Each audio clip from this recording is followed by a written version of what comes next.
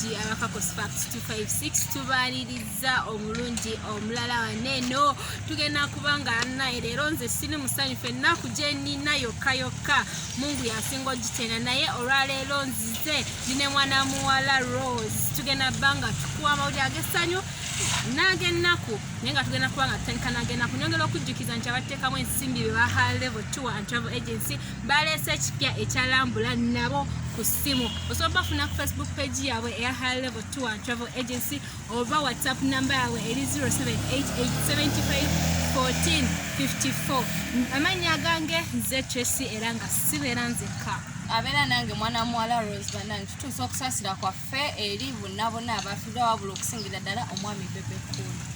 Ya tugenda kubanga tutandika n'amawulire ag'ennaku ag'omwana Alan Arnold Masengere era ng'omwana ono aziikiddwa ekaliisizo Kyambogo eri e Masaka. Twagala okujjukiza nti ekyamuse bagamba nti yabadde ne TB w'omu bwongo era ng'omukulu Big Size Bebe Cool yagambye nti omwana ono teyafudde ekirwadde kya korona naye yafudde lwa mbeera ya korona eri mu ggwanga nti senga eno ICU unit teya closing at least ono omwana yandibadde asobola okuzzibwawa engulu naye engeri gy'abeera nti mulwadde wa TB babeera ne bino ebintu olukolondola so baba ino bisikayo naye nga teyafuna opportunity eyingira mu ICU lwansonga yali closed.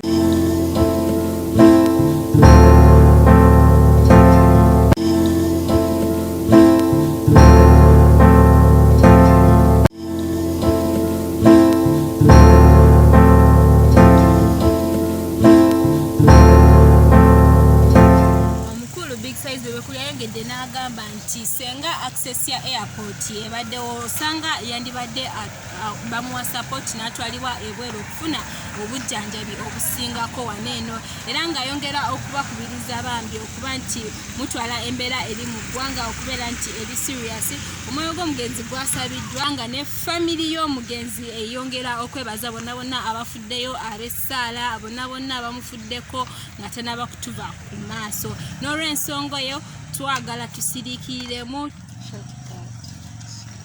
Rose omulenzi ono ayogeddwako ebintu bingi nga abadde omwana ow'empisa abadde hambo wa bigambo bitono gwe nga gwe Alan Masenge aka Shortcut omujjukirako Shortcut nze kyembadde mumanyiko y'omu ku bavubuka abali ne Bebe Cool lwe yakubwa amasasi ate naye gaamukwata ne luckily ne bajjanjabwa bombi ne Bebe Cool ne bawona ate n'ekirala Shortcut tujjukira nti Bebe Cool ne Bobby Wine we balina bifu zaabwe wano nga zisinzo kyaka ennyo y'omu kuba yali ne Denzo ne bakuba oluyimba lwa Big Mouth by Far abasinga mu lumanyinga Mr. Mwamwamwa olwahitinga nnyo eri kampu ya Firebase era nga Shortcut nze bwentyo bwe mbadde nsinga okumutegeera nti abantu abasinga bamumanyira ku Big Mouth by Far.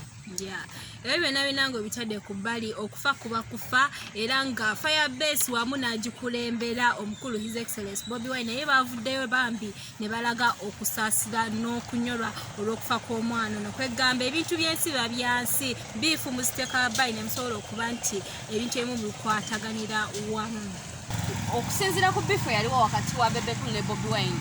Bobby Wine ekintu kye yakoze ekyokusindika obubaka obw'okusaasira eri family ya Alan wamu n'ab'enganda kintu kino kiraga nti Bobby Wine yakyuka nnyo nti takyali oli Bobby Wine gwe tumanyi ali nnyo Kyagulanyi omuntu ayagala abantu era ategeera embeera z'abantu nti kati eno situation gye tulimu yannaku kunyolwa ate bw'atandika okulaga abantu nti ali wamu anyolwa nabo n'ateekawo bifu eno abeera alaze nti akyali oli omwana omuto yabeeranga mu bifu ez'okulekana kweyimbira biyimba ego olaba nti singa kibadde kigudde mu Firebase nti abadde mwana wa Firebase yafunye obuzibu buno n'atuva ku maaso gwoba olowooza kampu ya Gagamel n'omukulu akulira Gagamel bandibadde basobola osindika obubaka obwo obw'okunyola kwana engeri gyemmanyi Big Size Bebe Cool sisuubira nti naye abantu bakyuka naye kunze nze sisuubira nti omukulu yandivuddeyo naye tomanyi abantu bakyuka ne beetereza ne beekonsolinga mu mitima ne bamanyi kati eno situation eriwo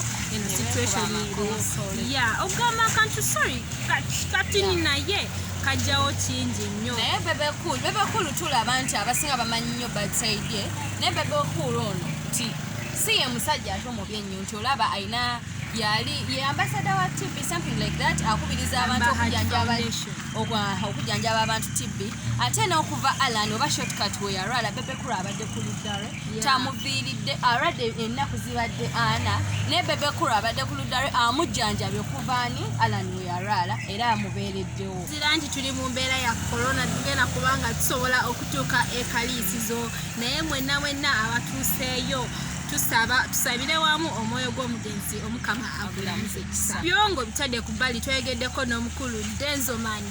Nga kitale kya shortcut. Kitalo nnyo. Bwe mwali ne shortcut mu Gagamel. Yes. Kiki ekyo ekyaliwo ekyali kibagatta ekyabatuusa n'okkuba oluyimba olwo? Tugatta ekyaliwo n'okkuba oluyimba. Yes, music aba music. Nti sokola oluyimba olwo. Just try to get mu battle. Battle is a competition. Tegera jukira nze nali mu kkulu ndala. Abali nga bali nga tubisanya n'ekkulu endala. Kati engeri gye kiba eba business ways. So Bob yali akubye oluyimba ng'aluddiza oli gwagenda naye mu battle. Okuguminga battery. Bebe Kulu yabayambangako mu production nga mukola ennyimba zammwe. Nga nze Denzo ng'omuntu. Okitegedde. N'okubanza ndi muyimbi neekolera ebyange nga Denzo. Nkutegeera. Okitegedde. Era ebyange ebya Bebe Kulu bya Bebe Kulu. Business gali wango. Yes, and shortcut. Ne shortcut. Kiki banywanyi abo ky'oyinza okuboogerako? Oyinza okugamba. Ensi si nnyangu wabula byonna mu pulaani byalimu. Blessings. Kale nkotadde Denzo. Ebya Denzomani mubiwulidde era nga tugenda batuteekako wabbali ate Rose atwongereyo kati ndi kyamuketedde ennaku ezitadde wabbali. Ne Spice Diana oba muyite Hajara Namukwaya bannange. Tulabye nga mu COVID ono omwana takoze bubi. Spice akoze charity mu COVID bannange atambudde. Music amutambuza, charity azitambuza. Tulaba ye abadde takola bubi nnyo, abayimbi bamukyalira mu ngeri emu oba endala. Abantu Spice akoze charity nyingi nnyo mu COVID. Kale tetuganye ne mabegako yalinga akola. Naye mu COVID akoze nnyo charity nyingi, akyalidde ku bayimbi bangi, abayimbi bamukyalidde, abawadde ebyokukozesa, abawadde emmere bannange. Spice tusiima. Omutima bannange munene we bakinkama. Oli n'abatandise okusaba ennamba ye baagala ku Capital. Wabula ati okulwokubiri yagenze n'akyalirako Lukia nga Farida Nakazibo yamukyaza ku show ye gye bayita Talk with Farida n'ayogerako bambi ono omwana aliko obulemu mukazi wattu naye nga tekyamugana bba ng'asobola okulwa n'otuukiriza ebirubirwalu. Abamukyaza ku show ya Farida yali bambi asaba ki yali yeetaaga Capital mutwalo gumu bwe guti era gwe yatandika nagwo kati yali yeetaaga kwongera mu bizinensi ye ey'akadaala wabula nga n'ekirala ezimu ku bizinesi endala z'akola akola liquid soap. Wabula Spice yeesitudde ne crew ye yenna gy'atambula naye babodegaadi be nga wobamanyi n'agenda ekajjansi Lukia gy'abeera bambi n'amukyalirako amutwalire ka Capital ke yali yeetaaga nga tumanyi Spice omutima omulungi. Ate Lukia bwe yali ayogera yagamba ba role model oba abamu ku bayimbi basinga okwagala ayagala nnyo omwami Eddie Kenzo ne Spice Diana. Siraba lwaki mwogerera nnyo ebisingakaawo kamubawe ye abanyonyode lwaki ayagala nnyo abantu bano ababiri. Nga like yagala kubeera nga like Spice Diana yakemito asobodde okulaga ku China. Spice Diana nsanyusa nnyo ne Eddie Kenzo awangula award. Bamutwalidde ebintu bingi okuli ebyokozesa amazzi gali aga yaketi abasinga ge bayita aga Spice Diana n'ebintu bingi nnyo byayinza okuba nga yeetaaga oba okukozesa wabula nga mu bamukyalidde teyabadde Spice yeka. Mwabaddemu abantu bangi Bamadrat Nchiko, Farida Nakaziwe kwegamba bonna nga boolesa omutima omulungi bagamba Uganda zaabu.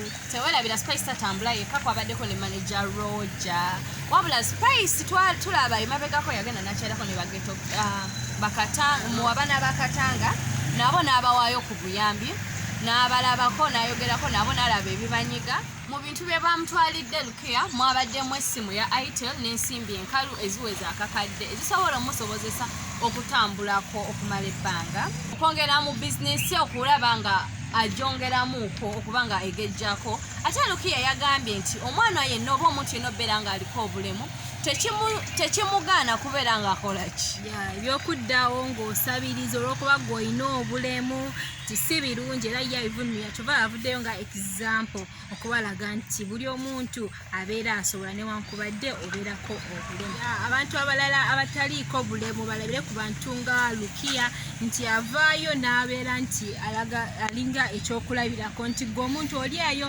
toliiko obulemu naye osobola kwetuusako bintu ate abantu abasinga mulekerawo okutwala nti wenna avayo n'enjogera ngenda kuswala simanya biki final swala na at least obeera ofunyemu kyofunyemu nga tubitadde ku mabbali tugenda kuba nga tubongerayo n'omuvubuka ono eyeeyita Bujingo yeeyita Pastor Bujingo ayogerera mu ddoboozi lya Pastor Bujingo yagenda n'alwalawo ebirwadde lwe yavaayo nga yakatandika okubirwala n'abiyita empanama naye nga azimba mu bitundu bye ebyekyama oluvannyuma n'avaayo n'atuclarifyinga mbu mukwana abasawo bakikakasizza nti si mpanama era ng'omuvubuka ono tubadde tusaba nti nga bwe bakolera kawasha abayimbi abalala wadde abamu bazigaana naye omuvubuka ono yeetaaga n'akolera kawashi bafune sente esobola omujjanjaba kuba ekitali ekyo tuyinza okumufiirwa ekyakawashi kyandibadde awo teweerabira omulenzi ono oba omuvubuka ono yategekako okolumu ekivulu ng'era yakiteeka ne bakomediani banne bamuyambeko okukolaki okuŋŋaanya sente zigenda omuyamba okumujjanjaba wabula bafunamu obutakkaanya ne bakomediani banne nti abasinga beyassaako yali tabategeezezza kati n'avaayo n'atandika obbayoka oba tugamba obbalumba ng'alinga abavuma tebamubeereddeewo beeyagaliza nga mu bano yalumbira ddala Madrat Ankiko Madrat kwe kuvaayo ne yeewozaako n'agamba ono omwami yabateeka ku posita nga tebamanyi teyababuuzaako nti olunaku bwe luti muli free temulina kyomugenda kukola Madrat n'amugamba bw'otuteekayo nga forode tubadde tulina pulaani zaffe tulina show gye tugenda okukuba baali bakyalibe ne Tracy if you want me to escort you somewhere olina okuŋŋamba before ne mmanya nti olunaku bwe luti ngenda ne Tracy wa somewhere si kunteeka mu program n'onkubira oba n'oŋŋamba lunaku lwennyini oba nze nembeera nga nkolaki nembeera nga mmanyi naye byonna mukwano Rose tubireke omusajja tumuyambe tumukolere kawasha asobole okuba nti afuna ssente ezikolaki ezimujjanjaba kuba mukwano future ye egenza abaana tajja kufuna n'omukyala teri agenda mukkiriza ng'ali bwatyo so tubasaba waneeno kukakoza omusajja muve mukoleki yenna asobola okuyamba bambi mwenna abalina emitima egyekisa bambi muveeyo musaasire omusajja ono mumuyambe kikonnakonna kw'osobola mukwano nyongera okujjukiza abateekamu ensimbi be ba high level 2 and travel agency nga baleese ekipya ekyalambula naffe ku simu yo awo wennyini osobola okuba nti olambula nabo osobola okuba noonyako ku Facebook page yabwe eya higher level 2 and travel agency oba okubafuna ku namba yabwe ey'essimu eri 0788751454 mukwano nga wetulabika neno Kako Sparks 256 always wabeerawo abatwambaza nze nga nyambaza mukwano Amitejox collection so omusangako Instagram page ye ojja kusangayo n'ennamba ye ey'essimu mukwano ani akwambaza nze abeera melo oba muyite Chloe